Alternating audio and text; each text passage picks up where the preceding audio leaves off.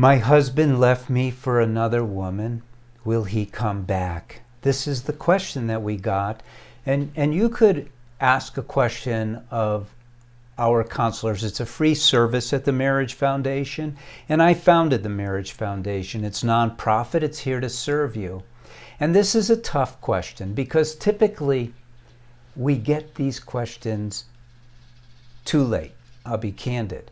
Now, if your husband was still at home, and maybe he is in this case, but if he was still at home and he's looking to cheat on you, or he's even having an affair with another woman, but he's still at home, I can give you a very positive response and tell you that when we have courses, and if you took the course for women, which is very powerful, redirecting your whole life, you would attract your husband back.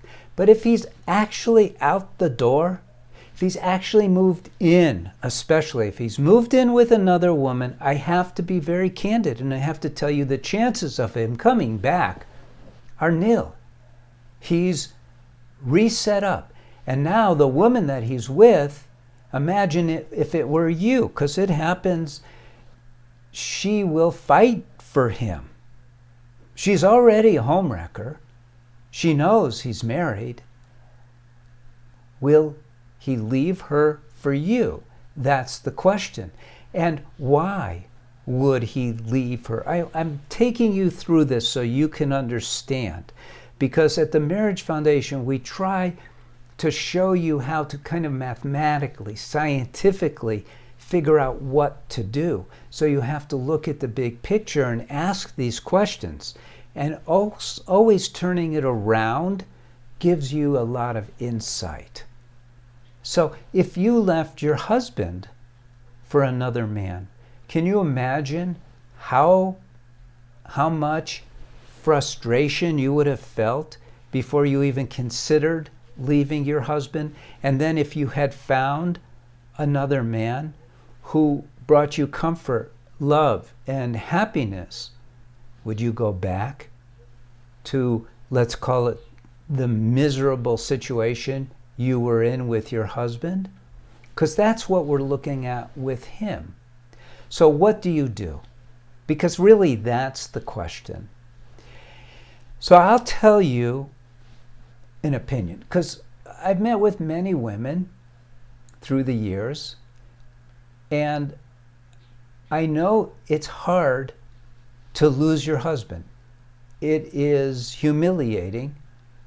And so I try to get women to see that there are things that happened that caused him to even look somewhere else.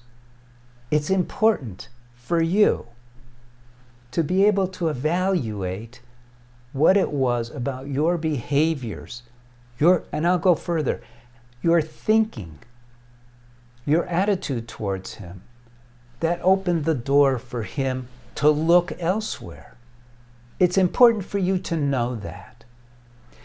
So there's two options for you. First of all, before I go to those two options, you should understand that you still have your whole life ahead of you. And the one thing that you are able to change, the only thing you're able to change, is you. You can't change the world.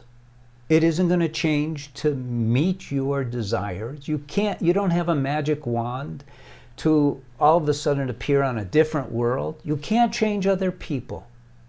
You can attract other people to you just like you did your husband.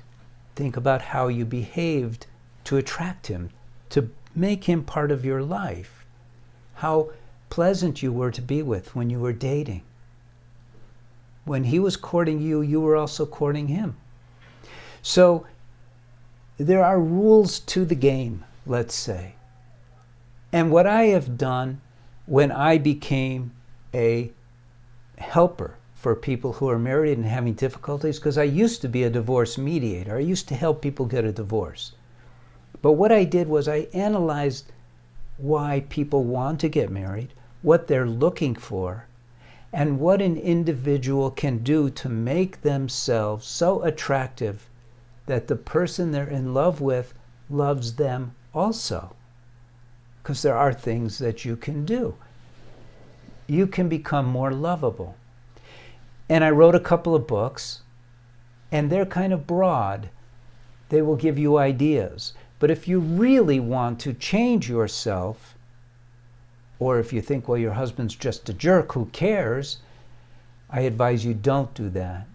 It's a good time to take a look at your behaviors and attitudes. And then we have a course for women that is basically a self-improvement course in the context of marriage. Even though your husband has already left, it isn't too late. You still have your life in front of you. And it doesn't matter how old you are or how old you think you are. Because when it comes time to attract your soulmate, who and what you are is more important than anything, much more important than your age. And your happiness is very important. And part of the course for women is about achieving happiness. In spite of what's happening to you, believe it or not, you have the power as an individual, because you have free will and it's your mind. You have the power to make yourself happy without fooling yourself, without lying to yourself, without being self-deceptive. You can be happy. You know, many, many years ago, I took my boys. My daughter was with her mom in Europe, and I took my boys to Washington, D.C., and we went to the Holocaust Museum because my father was in concentration camp. And Steven Spielberg had put together these stories from inmates of concentration camp. And he had like a 5-hour reel. And I just happened to sit down. I heard one of them that was life-changing for me. And I want to share it with you because maybe it will impact you that way also, because it really defines the power we have over ourselves. So this man was saying, you know, my friend was praying and he had a smile on his face. He was thanking God. And I went to my friend and I said, how could you possibly be thankful to such a God? Look what he's done. You've lost everything, your family, your home, everything is gone. What do you possibly have to be thankful for? And my friend said, I'm thankful that God didn't make me the way he made those people who put us in here. Well, I got to tell you, I was personally blown away. I thought, oh my God, here is a human being in what cannot be anything less than the worst possible situation that anyone could be in. Compare what you're going through now, the humiliation, the sadness, the confusion. Compare that with this guy in concentration camp. He was going to die. He was skin and bones. He was starving. He was beaten. He never knew when he was going to get shot. He was happy. He chose to be happy. And you can be also. This was one of the guiding principles that I discovered, was that we need to know how to control our minds to be happy. And I don't mean to be religious here, but it is a little spiritual. I think God wants us to be happy no matter what's going on. Okay.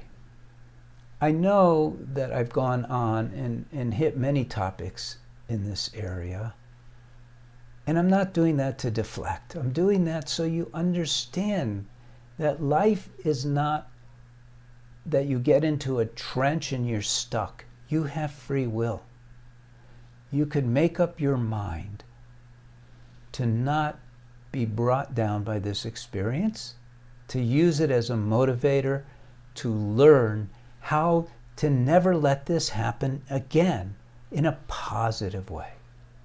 I hope this was helpful. Subscribe to this channel. Learn about marriage. Get one of the books if you want, but I really strongly recommend you get the course for women, It'll change your life. Will it bring your husband back? No, probably not. But it'll bring you back to a much more positive place. And that's what's important right now. Thank you, and God bless you. And thank you for spending time with me. God bless.